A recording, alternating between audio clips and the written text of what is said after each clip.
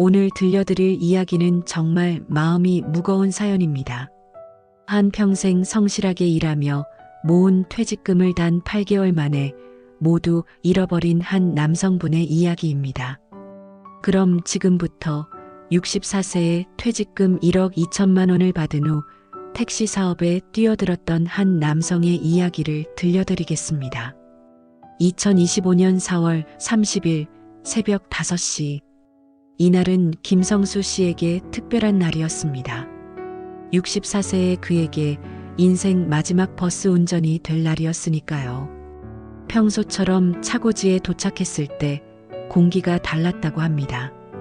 28년을 함께한 5번 마을버스 앞에 서자 갑자기 눈물이 났다고 하더군요. 운전석에 올라 핸들을 잡았는데 손이 떨렸습니다. 이 자리, 이 감촉, 이 익숙한 떨림이 오늘로 끝이라는 게 믿기지 않았어요. 김성수 씨는 1997년 봄 36살의 나이에 이 일을 시작했습니다. 작은 사업을 하다 실패해서 빚더미에 앉았고 초등학생 두 아들을 먹여 살려야 했습니다. 당시만 해도 남자 버스 기사는 흔했지만 그에게는 쉬운 선택이 아니었습니다. 사업가에서 버스 기사로의 전환이었으니까요. 첫날 승객 한 분이 운전 조심해요 하시던 게 기억납니다. 그때는 몰랐죠. 이 일을 28년이나 하게 될 줄은. 이 핸들을 잡고 번 돈으로 아들 둘을 대학 보내고 결혼시키고 손주까지 봤습니다. 전부가 이 핸들 위에서 이루어진 것들이었습니다. 아내는 5년 전에 먼저 세상을 떠났지만 그는 계속 달렸습니다. 달리는 게 익숙했고 멈추는 게 무서웠으니까요. 그런데 나이가 들면서 몸이 말을 듣지 않기 시작했습니다. 허리가 쑤시고 무릎이 시큰거렸습니다. 아침마다 일어나기가 점점 힘들어졌습니다. 회사에서 권고사직 통보를 받았을 때 화가 나면서도 한편으로는 안도했다고 합니다.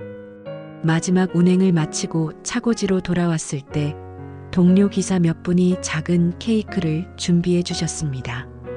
성수형, 수고 많으셨습니다. 목이 메었습니다. 퇴직금 정산 서류에 도장을 찍을 때 손이 떨렸습니다. 28년치 세월이 종이 한 장에 담긴다는 게 허무했습니다. 사흘 후 통장에 1억 2천만 원이 찍혔습니다. 집에 와서 통장을 열고 또 열었습니다.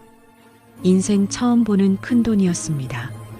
1억 2천만 원. 숫자가 너무 커서 실감이 안 났어요. 계산기를 두드렸습니다. 한 달에 100만 원씩 쓰면 10년, 50만 원씩 쓰면 20년. 그런데 이상했습니다. 기쁘기보다 무서웠습니다. 원룸 월세가 50만 원, 관리비 10만 원, 통신비와 전기세까지 합치면 한 달 기본 생활비가 80만 원은 들어갔습니다. 거기에 병원비, 약가, 밥값을 더하면 100만 원은 훌쩍 넘었습니다. 국민연금은 아직 나오지 않고 기초연금 30만 원이 전부였습니다. 이 돈으로 몇 년이나 버틸 수 있을까? 밤마다 계산기를 두드리다 잠들었습니다. 퇴직하고 일주일쯤 지났을 때였습니다. 아침에 일어나니 갈 곳이 없었습니다. 28년 동안 새벽 5시면 일어나 차고지로 향했는데 이제 아무 데도 갈 필요가 없었습니다. TV를 켰다 끄고 휴대폰을 들었다 놓고 창밖을 봤다 돌아섰습니다. 시간이 이렇게 안 가는 줄 몰랐습니다. 점심 먹고 동네를 산책했습니다. 평일 낮거리엔 저처럼 갈 곳 없는 노인들이 많았습니다. 공원 벤치에 앉아 계신 분들, 마트 앞에서 시간 보내시는 분들, 복지관 앞에서 수다 떠시는 분들, 모두가 자신의 미래 같았습니다. 집에 돌아와 거울을 봤습니다. 주름진 얼굴에 굽은 허리, 거친 손. 이게 64세의 모습이구나 싶었습니다. 통장을 다시 꺼내 들었습니다. 1억 2천만 원. 이 돈을 어떻게 써야 할까? 은행 정기예금 광고를 봤습니다. 연 3.5%, 1년에 이자 420만 원. 한 달에 35만 원 정도. 기초연금 합쳐도 월 65만 원. 턱없이 모자랐습니다. 이렇게 살다간 이 돈이 금방 바닥날 것 같았어요. 어느 날 밤 TV에서 노후 파산 다큐멘터리를 봤습니다. 퇴직금 받고 사업했다가 전 재산 날린 사람들 이야기였습니다. 식당, 편의점, 치킨집 전부 망했습니다. 준비 없이 시작하면 안 됩니다. 전문가가 말했습니다. 화면을 끄고 침대에 누웠습니다. 천장을 보며 생각했습니다. 나는 어떻게 살아야 하나? 이대로 조용히 늙어가야 하나? 아니면 뭔가 해야 하나? 다음 날 아침 우편함에 전단지가 꽂혀 있었습니다. 시니어 창업 박람회 5월 18일 코엑스. 펼쳐서 읽어봤습니다. 프랜차이즈, 요식업, 배달업, 온갖 업종이 나열돼 있었습니다. 쓰레기통에 버리려다 주머니에 넣었습니다. 그날 저녁 큰아들한테 전화가 왔습니다. 아버지, 퇴직금 잘 받으셨죠? 그거 함부로 쓰면 안 돼요. 정기예금 들어놓으세요. 순간 기분이 묘했습니다. 28년 동안 핸들 잡고 번 내 돈인데 왜 아들이 간섭하지? 전화를 끊고 창밖을 봤습니다. 버스 정류장에 5번 버스가 섰습니다. 낯선 기사가 운전석에 앉아 있었습니다. 가슴이 답답했습니다. 밤 늦게까지 잠이 안 왔습니다. 휴대폰을 켜서 검색했습니다. 퇴직 후 할 수 있는 일, 시니어 재취업, 노후 자영업. 수많은 광고와 기사가 쏟아졌습니다. 월 500 가능, 초보도 쉽게, 적은 자본으로 시작. 모두 달콤했지만 동시에 불안했습니다. 통장을 다시 확인했습니다. 1억 2천만 원은 그대로였지만 왠지 숫자가 작아 보였습니다. 이 돈이 내 마지막 기회라는 생각이 들었어요. 잘 쓰면 새 삶을 시작할 수 있고 잘못 쓰면 모든 게 끝이었습니다. 그날 밤 그는 결심했습니다. 그냥 앉아서 늙을 순 없다. 뭐라도 해야 한다. 퇴직하고 2달째 되던 날이었습니다. 어느 날 밤 TV를 켜니까 광고가 나왔습니다. 개인 택시 창업, 월 400만 원 가능합니다. 시니어 여러분의 경력이 자산입니다. 화면엔 50대 남자가 웃으며 택시를 닫고 있었습니다. 자막이 떴습니다. 이종 보통 5년 이상 무사고 경력자 우대. 가슴이 뛰었습니다. 저는 일종 대형의 28년 무사고 경력이었어요. 누구보다 조건이 좋았습니다. 리모컨을 내려놓고 휴대폰을 켰습니다. 개인 택시 창업 검색했습니다. 수많은 광고와 후기가 쏟아졌습니다. 월 500 벌어요. 노후 대책 최고. 운전만 할 줄 알면 됩니다. 어떤 블로그엔 상세한 수익 계산이 나와 있었습니다. 하루 12시간 운행 시 월 400에서 500, 순수익 300 이상 가능. 계산기를 두드렸습니다. 월 300만 원이면 1년에 3,600만 원. 생활비 빼도 2천만 원은 남았습니다. 초기 투자금 회수하는데 5에서 6년. 그 후론 순수익. 64세면 아직 젊었어요. 70까지만 해도 6년이었습니다. 충분히 할 수 있었어요. 다음 날 아침 일찍 일어났습니다. 오랜만에 목표가 생기니 몸이 가벼웠습니다. 옷을 갈아입고 택시 학원을 찾아갔습니다. 상담실에 앉으니 30대 남자 직원이 웃으며 말했습니다. 아버님, 경력이 어떻게 되세요? 마을버스 28년입니다. 직원의 눈이 반짝였습니다. 완벽하시네요. 개인 택시는 경력자한테 최고예요. 상담은 1시간 넘게 이어졌습니다. 필요한 건 크게 2가지였습니다. 개인 택시 면허와 차량. 면허는 서울 기준 1억 원 정도. 차는 신차 4천만 원에서 중고 2천만 원. 합치면 최소 1억 2천만 원이었습니다. 딱 퇴직금 전액이었습니다. 많이 고민하세요. 큰 돈이니까요. 직원이 말했습니다. 그런데 김성수 씨는 이미 마음먹었습니다. 고민할 이유가 없었습니다. 어차피 집에 앉아 있으면 돈은 계속 줄어들고 시간만 흘러갔습니다. 이렇게라도 일을 해야 통장 잔고를 지킬 수 있었어요. 집에 돌아와 통장을 꺼냈습니다. 1억 1,900만 원. 2달 동안 100만 원 썼더군요. 이대로 가면 10년이면 바닥이었습니다. 손이 떨렸지만 결심은 확고했습니다. 다시 직원한테 전화했습니다. 하겠습니다. 일주일 후 면허 거래가 성사됐습니다. 서울 중랑구 개인 택시 면허 9,800만 원. 수수료까지 합치니 딱 1억 원이 나갔습니다. 통장에서 큰돈이 빠져나가는 걸 보니 머리가 어지러웠습니다. 하지만 동시에 뭔가 시작된다는 기대감도 있었습니다. 차는 중고로 알아봤습니다. 신차 살 여유는 없었습니다. 경기도 수원 중고차 단지를 돌아다녔습니다. LPG 그랜저 2020년식, 주행거리 12만 킬로, 가격 2,200만 원. 딜러가 택시로 쓰기 딱 좋아요 하며 엔진룸을 보여줬습니다. 잘 모르는 저한텐 그저 멀쩡해 보였어요.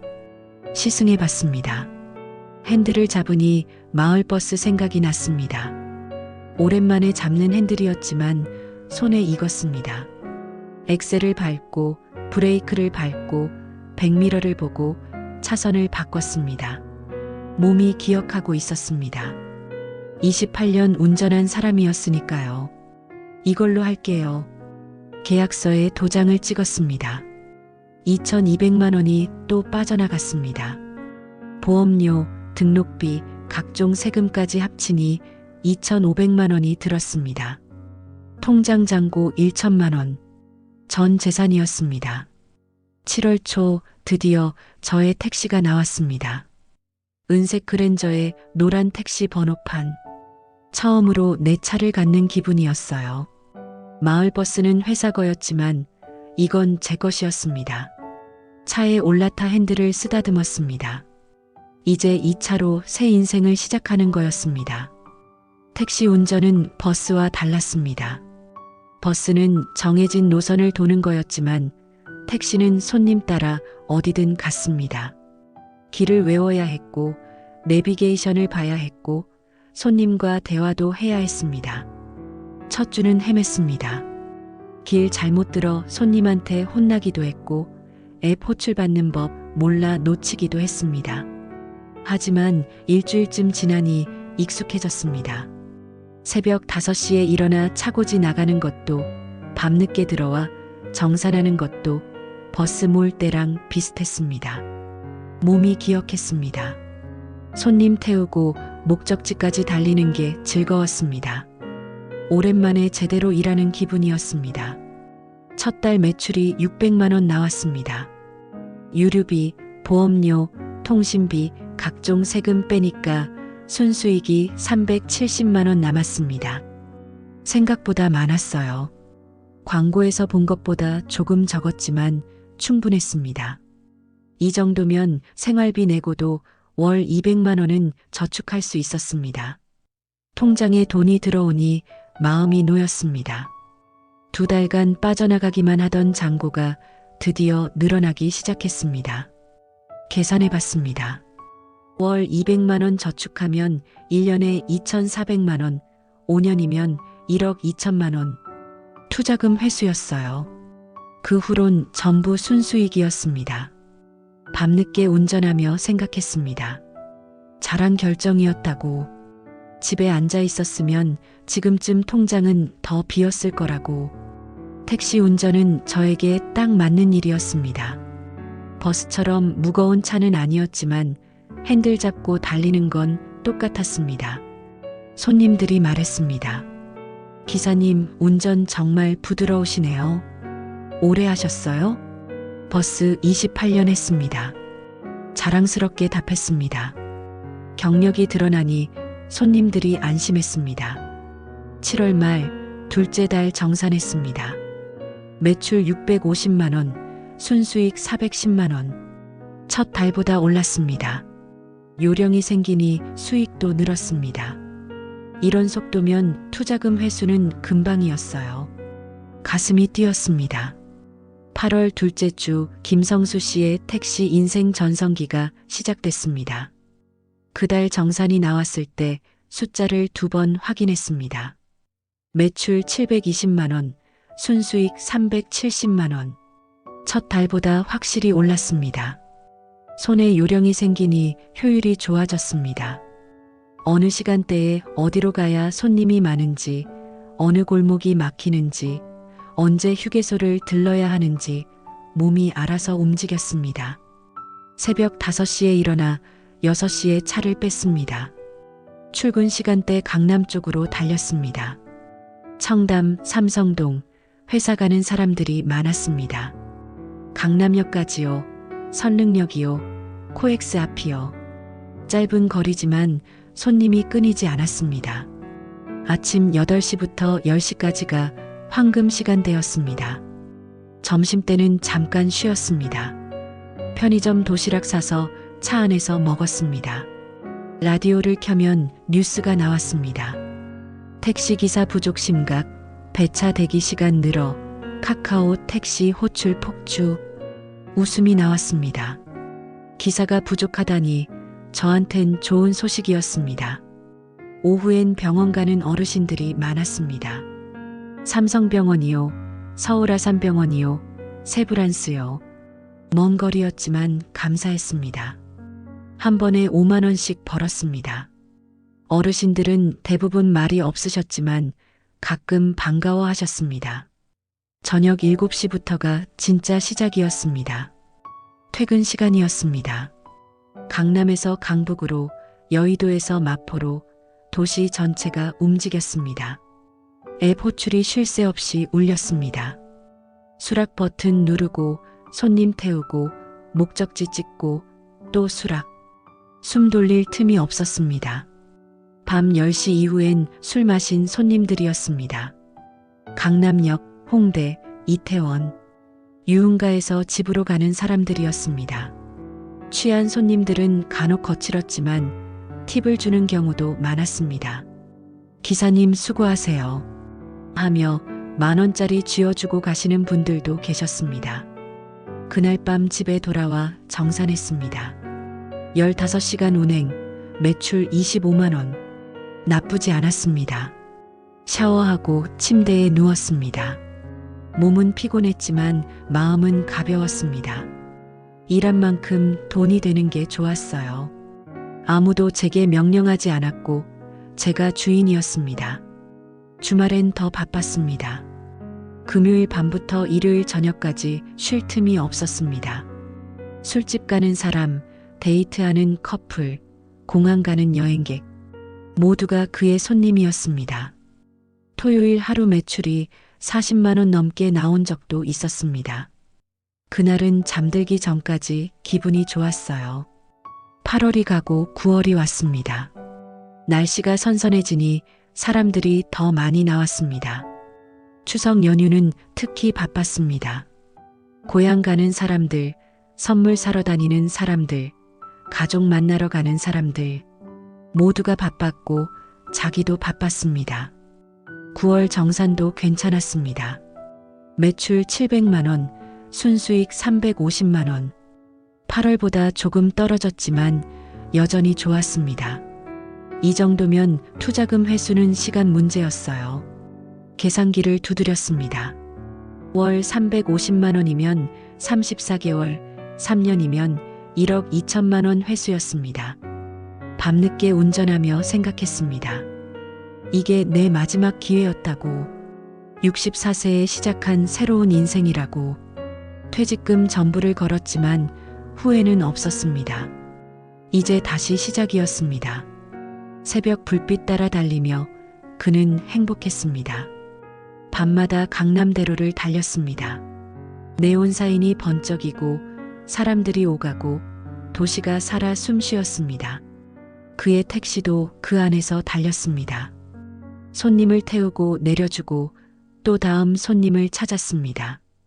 핸들을 잡은 손에 힘이 들어갔습니다. 그때 저는 진짜 몰랐습니다. 이 행복이 얼마나 짧을지, 이 돈이 제 노후의 마지막 불꽃인지. 여름이 지나가고 있었고 그의 통장도 곧 어두워질 거였습니다. 9월 말쯤부터 이상했습니다. 앱 호출이 조금씩 줄기 시작했습니다. 전에는 수락하자마자 다음 호출이 왔는데 이제는 기다려야 했습니다. 5분, 10분, 때론 20분씩 빈차로 돌아다녔습니다. 처음엔 운이 나쁜가 싶었습니다. 거리를 보니 택시가 눈에 띄게 늘어났더군요. 노란 택시, 은색 택시, 검은 택시. 어디를 봐도 택시였습니다. 신호 대기할 때마다 옆에 택시, 앞에 택시, 뒤에 택시. 전에는 이렇게 많지 않았는데 갑자기 폭발적으로 늘어난 느낌이었어요. 뉴스를 찾아봤습니다. 개인 택시 면허 공급 확대, 신규 택시 기사 급증, 퇴직자 택시업 진출 증가. 기사를 읽을수록 가슴이 답답했습니다. 저만 이 일을 시작한 게 아니었습니다. 수많은 퇴직자들이 똑같은 생각으로 택시를 샀더군요. 손님은 그대로인데 기사는 늘어나니 경쟁이 치열해졌습니다. 같은 장소에서 손님 기다리는 택시가 10대, 20대씩 줄 섰습니다. 앱 호출도 빨리 누르는 사람이 먹는 게임이 됐습니다. 손가락이 느린 김성수 씨는 자꾸 놓쳤습니다. 10월 첫째 주 매출이 확 떨어졌습니다. 하루 평균 20만 원 하던 게 15만 원으로 내려갔습니다. 같은 시간을 일해도 수익이 줄었습니다. 불안했지만 일시적이라고 생각했습니다. 계절이 바뀌면 나아지겠지. 연휴 지나면 괜찮아지겠지. 그런데 10월 둘째 주도 마찬가지였습니다. 매출은 계속 떨어졌습니다. 어느 날은 15시간 일하고 12만 원밖에 못 벌었습니다. 유류비, 식비, 통행료 빼니 실제 수익은 8만 원. 시급 5천 원도 안 됐습니다. 밤늦게 차를 몰며 한숨이 나왔습니다. 이게 뭐 하는 짓인가 싶었습니다. 64세에 하루 15시간씩 핸들 잡고 허리는 아프고 눈은 침침하고 그렇게 벌어봤자 8만 원. 편의점 알바가 더 나았습니다. 10월 정산이 나왔을 때 현실을 인정해야 했습니다. 매출 520만 원, 순수익 210만 원. 8월에 비해 160만 원이 줄었습니다. 유류비는 그대로인데 손님이 줄어드니 수익이 반토막 났습니다. 통장을 확인했습니다. 1,500만 원. 택시 시작하고 200만 원 늘었지만 이 속도면 언제 투자금 회수할지 알 수 없었어요. 오히려 앞으로 적자가 날 수도 있었습니다. 밤에 잠이 안 왔습니다. 천장을 보며 계산했습니다. 월 200만 원 순수익이면 생활비 100만 원 쓰고 100만 원 저축. 1년이면 1,200만 원. 투자금 회수하려면 10년. 제가 74세였습니다. 말이 되나요? 다음 날 아침 차를 빼고 거리로 나갔습니다. 여전히 택시는 많았고 손님은 적었습니다. 앱 호출 대기하며 라디오를 켰습니다. 택시업계 수익 감소 심각, 기사들 생계 위협. 뉴스가 나왔습니다. 저만 어려운 게 아니었어요. 그날 저녁 강남대로를 달렸습니다. 네온사인은 여전히 빛났지만 예전만큼 설레지 않았습니다. 불빛을 따라 달리는 게 즐거웠던 적이 있었는데 이제는 그저 일이었습니다. 피곤한 일. 손님을 내려주고 빈차로 돌아올 때 백미러에 비친 내 얼굴을 봤습니다. 주름이 깊어진 얼굴, 충혈된 눈, 굽은 허리. 이게 64세의 얼굴이었습니다. 갑자기 눈물이 났습니다. 10월이 끝나갈 무렵 알았습니다. 전성기는 이미 끝났다는 것을, 8월의 그 행복한 시간은 다시 오지 않을 거라는 것을. 가을이 지나자 거리의 불빛보다 그의 통장이 먼저 어두워지고 있었습니다. 그리고 10월 마지막 밤 하늘에서 비가 내리기 시작했고 그의 인생도 함께 미끄러지기 시작했습니다. 11월이 왔습니다. 겨울 문턱이었습니다. 10월 말부터 내리기 시작한 비는 11월 첫째 주까지 계속됐습니다. 가을비가 아니라 겨울비였습니다. 차갑고 음산했습니다. 비 오는 날은 손님이 많을 거라 기대했지만 현실은 달랐습니다. 사람들은 나오지 않았고 나와도 짧은 거리만 탔습니다. 11월 첫째 주 정산을 보고 충격받았습니다. 일주일 매출 90만 원, 하루 평균 13만 원도 안 됐습니다. 유류비만 하루 3만 원씩 들어갔습니다. 실제 수익은 하루 10만 원. 한 달로 계산하면 300만 원인데 거기서 보험료, 통신비, 각종 세금 빼면 순수익은 150만 원도 안 됐습니다. 생활비가 한 달에 100만 원은 들었습니다.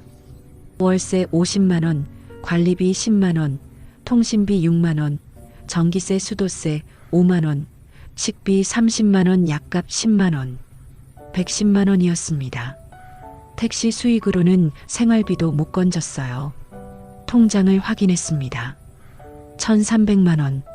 지난달보다 200만 원 줄었습니다. 저축은커녕 까먹고 있었습니다. 가슴이 철렁했습니다. 이러다간 1년도 못 가서 바닥날 게 뻔했습니다.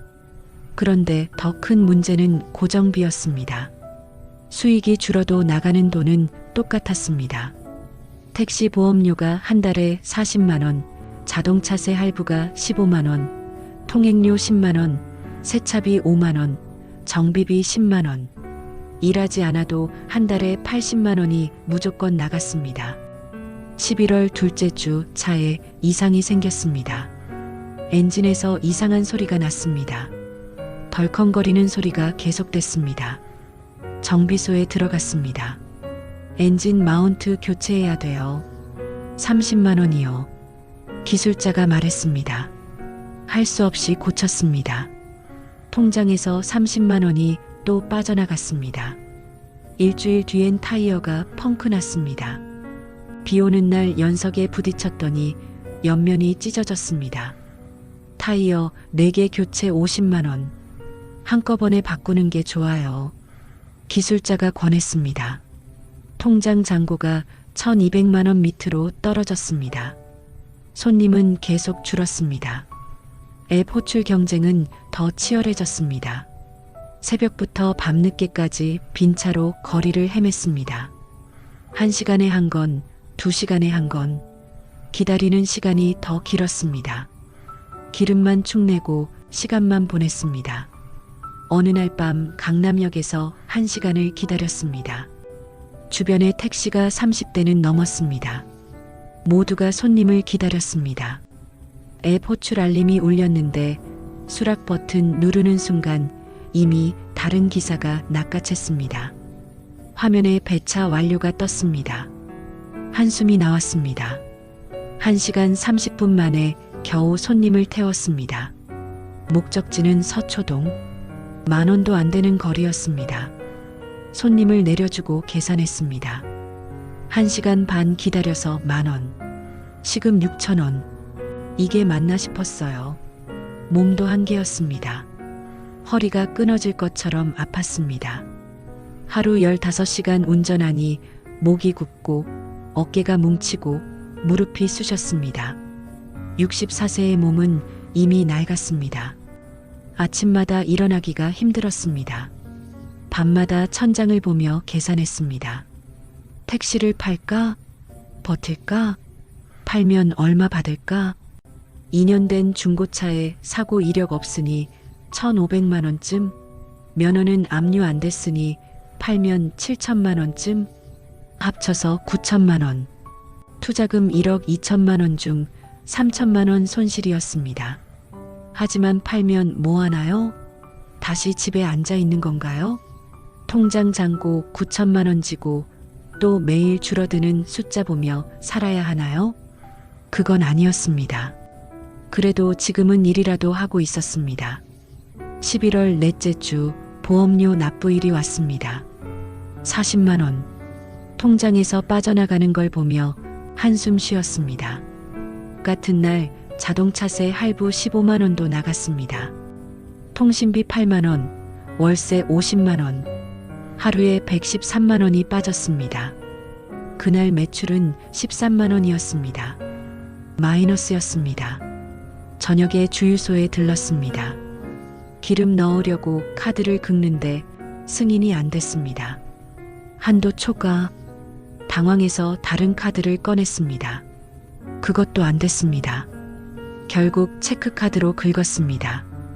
통장 잔고가 800만 원대로 떨어졌습니다. 그날 밤 집에 돌아와 울었습니다. 64세에 이게 뭐하는 짓인가 싶었습니다. 퇴직금 1억 2천만 원 받고 겨우 5달 됐는데 절반이 날아갔어요. 택시는 그의 돈을 갉아먹는 괴물이었습니다.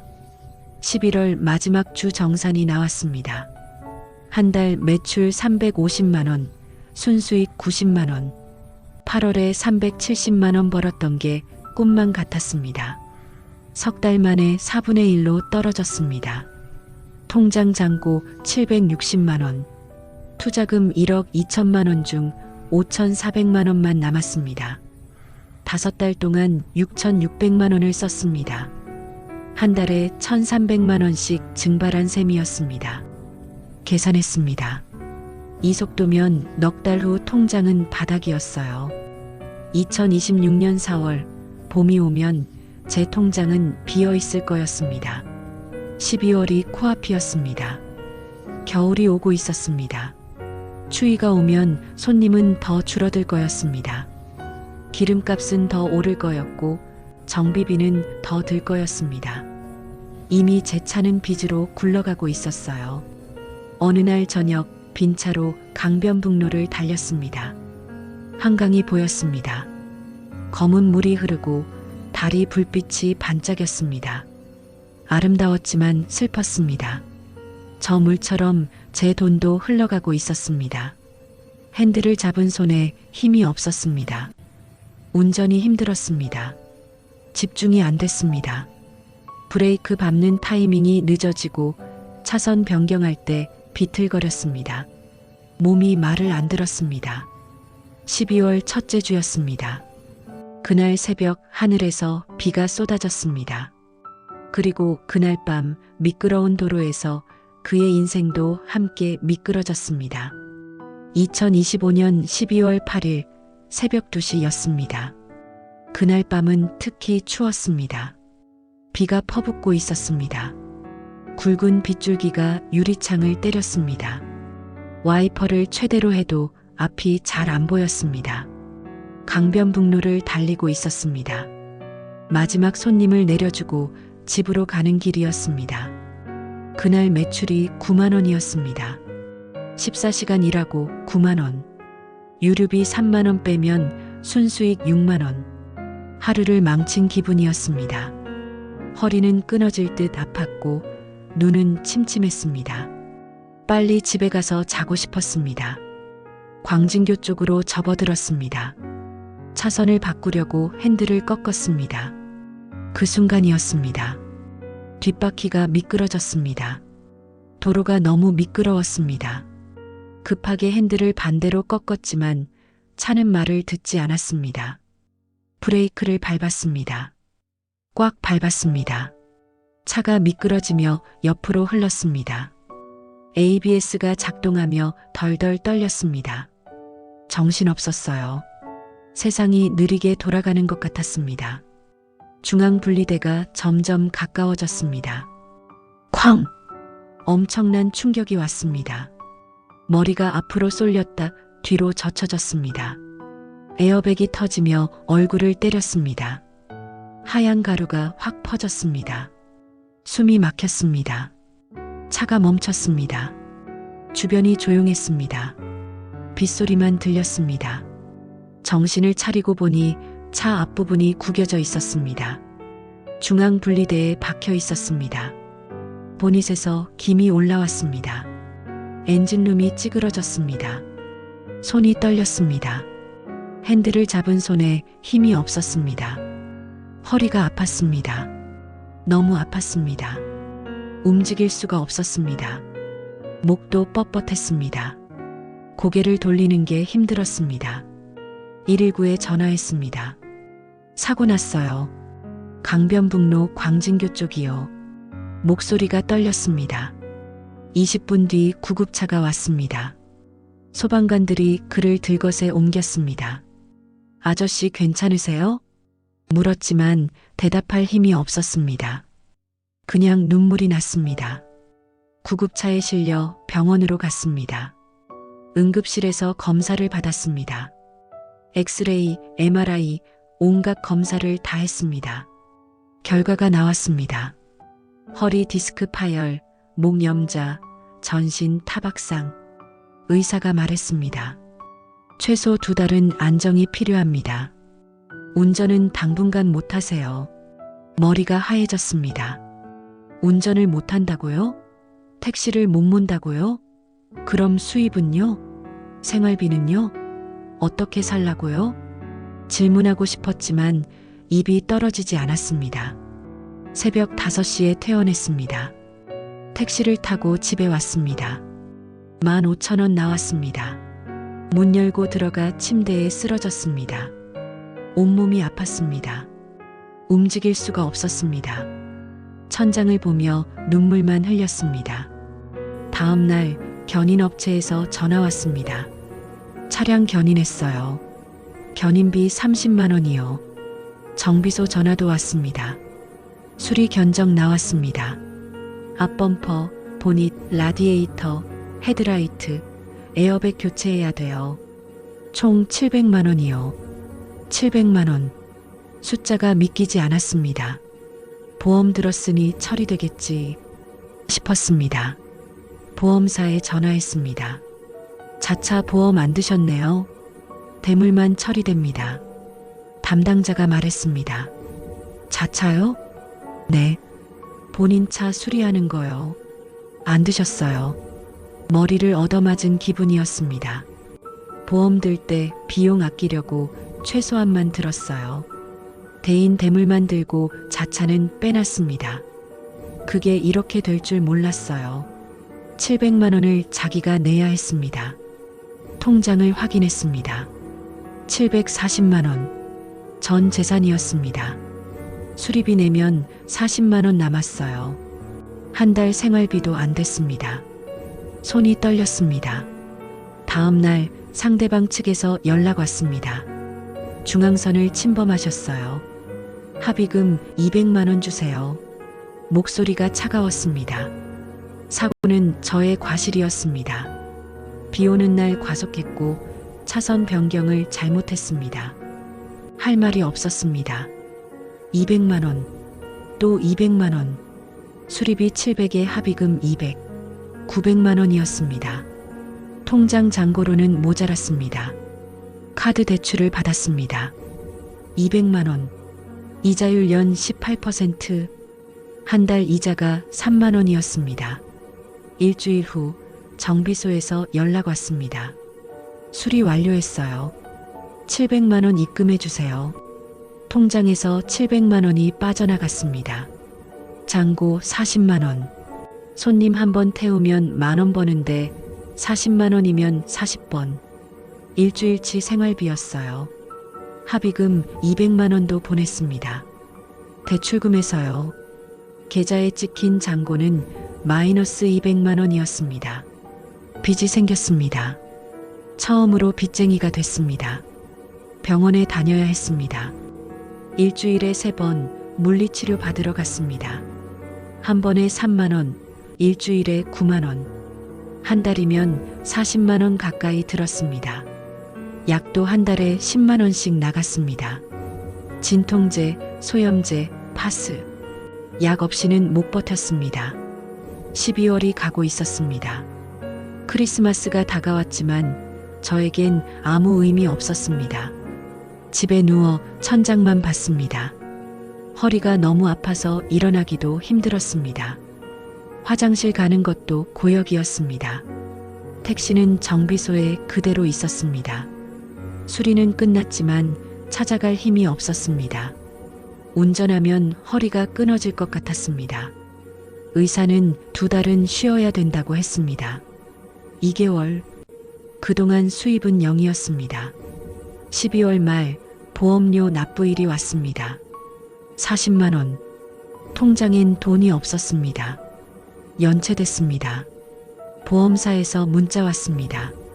보험료 미납 시 보험 해지됩니다. 어쩔 수 없었습니다. 돈이 없었습니다. 일주일 뒤 보험이 끊겼습니다. 택시 운행하려면 보험 필수인데 이제 몰 수도 없었습니다. 차는 있지만 쓸모 없었습니다. 철덩어리였습니다. 월세도 밀렸습니다. 12월치 50만 원. 집주인한테 전화했습니다. 다음 달에 같이 드릴게요. 떨리는 목소리로 말했습니다. 집주인은 한숨 쉬며 알았어요 했지만 목소리가 차가웠습니다. 2026년 1월이 됐습니다. 새해였지만 희망은 없었습니다. 통장 잔고 0원, 빚 200만 원, 밀린 월세 50만 원, 밀린 보험료 40만 원, 밀린 병원비 20만 원, 빚과 밀린 돈을 합치면 310만 원이었습니다. 택시 면허는 어떻게 됐을까요? 보험료 체납으로 운행 정지됐습니다. 그리고 세금 체납으로 압류예고 통지가 왔습니다.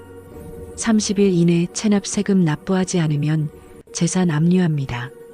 종이를 보며 웃음이 나왔습니다. 압류할 재산도 없는데요. 한 개월 후 면허가 정말 압류됐습니다. 더 이상 택시를 몰 수 없었습니다. 차도 팔 수 없었습니다. 압류된 면허와 묶여 있었습니다. 어떻게 할 수 없었습니다. 허리는 나아지지 않았습니다. 2달이 지났지만 여전히 아팠습니다. 병원 갈 돈이 없어 약만 먹었습니다.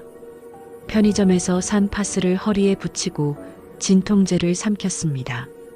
하루하루 버텼습니다. 2월 어느 날 차를 폐차하기로 했습니다. 더 이상 방법이 없었습니다. 압류된 면허 때문에 팔지도 못하고 운행하지도 못했습니다. 보험도 끊겼고 정비비도 낼 수 없었습니다. 폐차 업체를 불렀습니다. 100만 원 드릴게요. 업자가 말했습니다. 2,200만 원 주고 산 차를 100만 원에 보냈습니다. 은색 그랜저가 견인차에 실려갔습니다. 그걸 보며 눈물이 났습니다.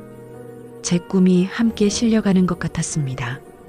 폐차 대금 100만 원으로 빚부터 갚았습니다. 대출 200만 원 중 100만 원. 아직 100만 원이 남았습니다. 이자가 매달 3만 원씩 쌓였습니다.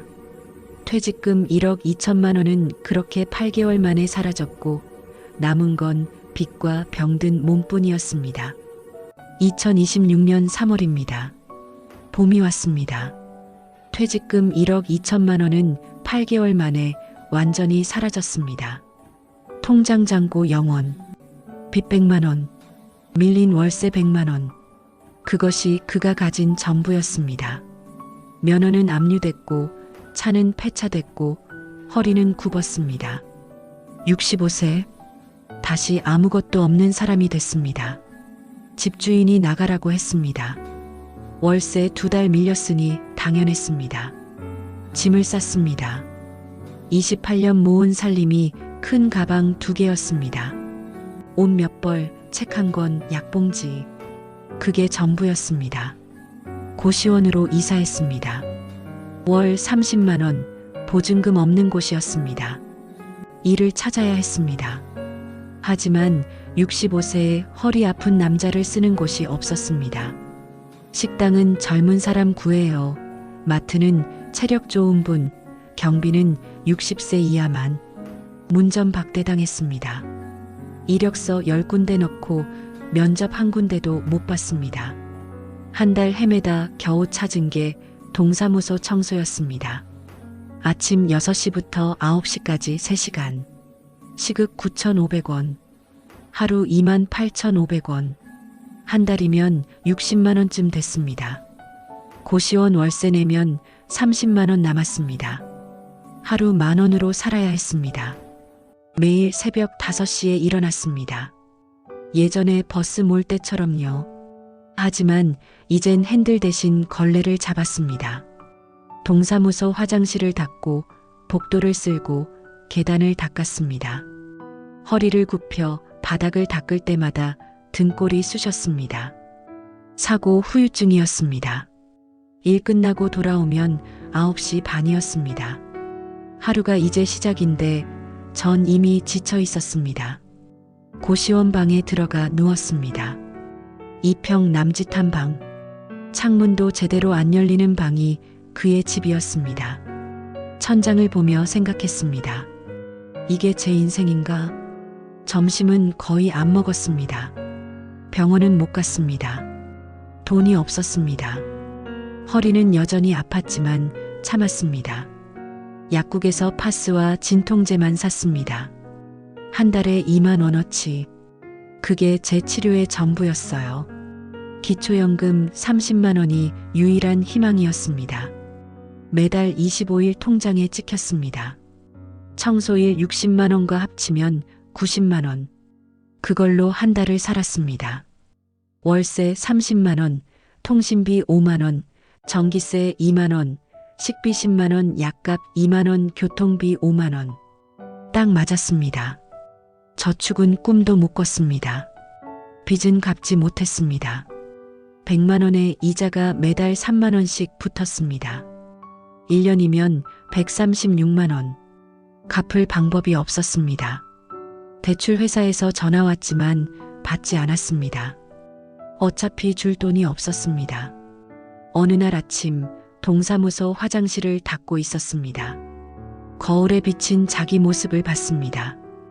헝클어진 머리, 주름 가득한 얼굴, 굽은 허리, 청소복 입은 노인이 거기 있었습니다. 1년 전만 해도 택시 기사였는데 이제는 청소부였습니다. 일 끝나고 밖으로 나왔습니다.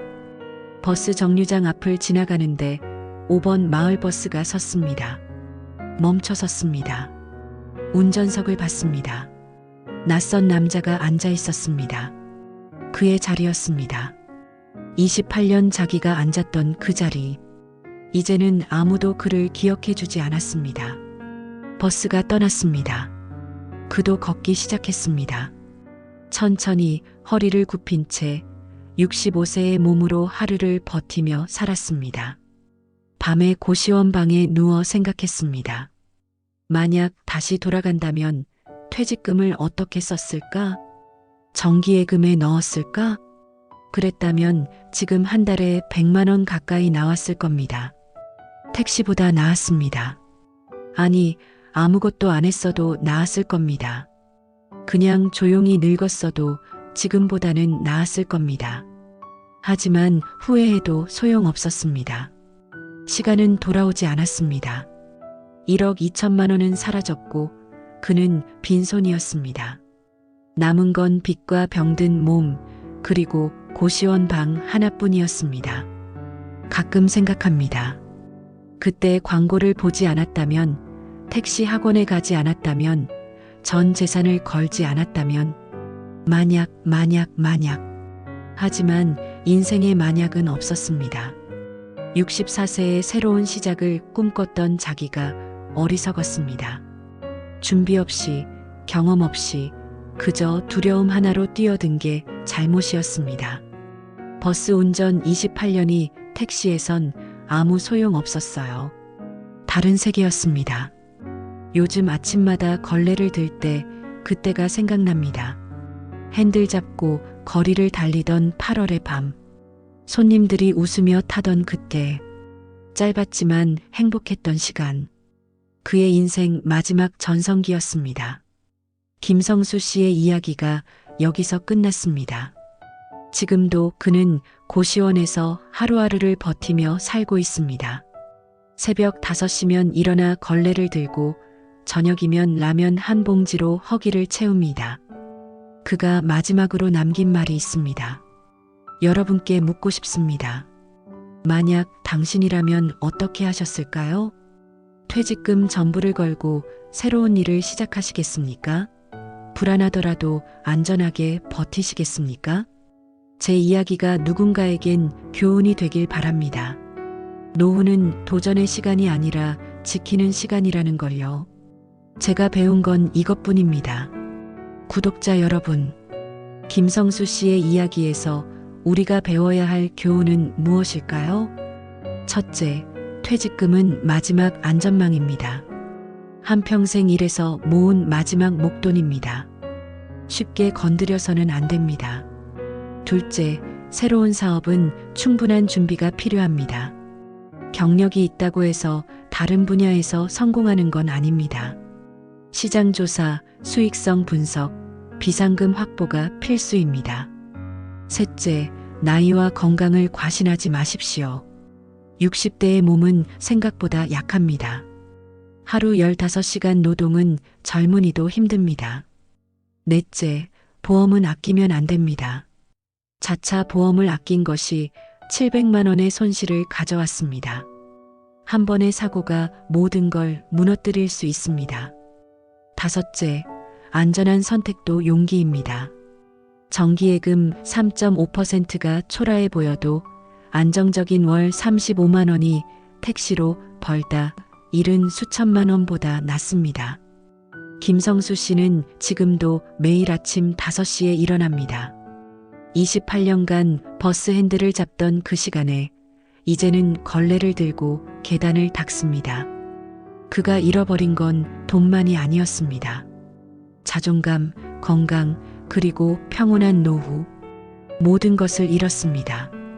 여러분이 지금 퇴직을 앞두고 계시거나 퇴직금을 어떻게 써야 할지 고민하고 계시다면 김성수 씨의 이야기를 기억해 주십시오. 도전은 아름답지만 지키는 것도 중요합니다. 특히 노후에는 지키는 것이 더 중요할 수 있습니다. 오늘도 시니어 오디오북을 들어주셔서 감사합니다. 여러분의 노후가 평안하고 안전하기를 바랍니다. 다음 이야기에서 다시 만나 뵙겠습니다. 오늘 이야기가 도움이 되셨다면 구독과 좋아요 부탁드립니다. 도도일과였습니다. 건강하십시오.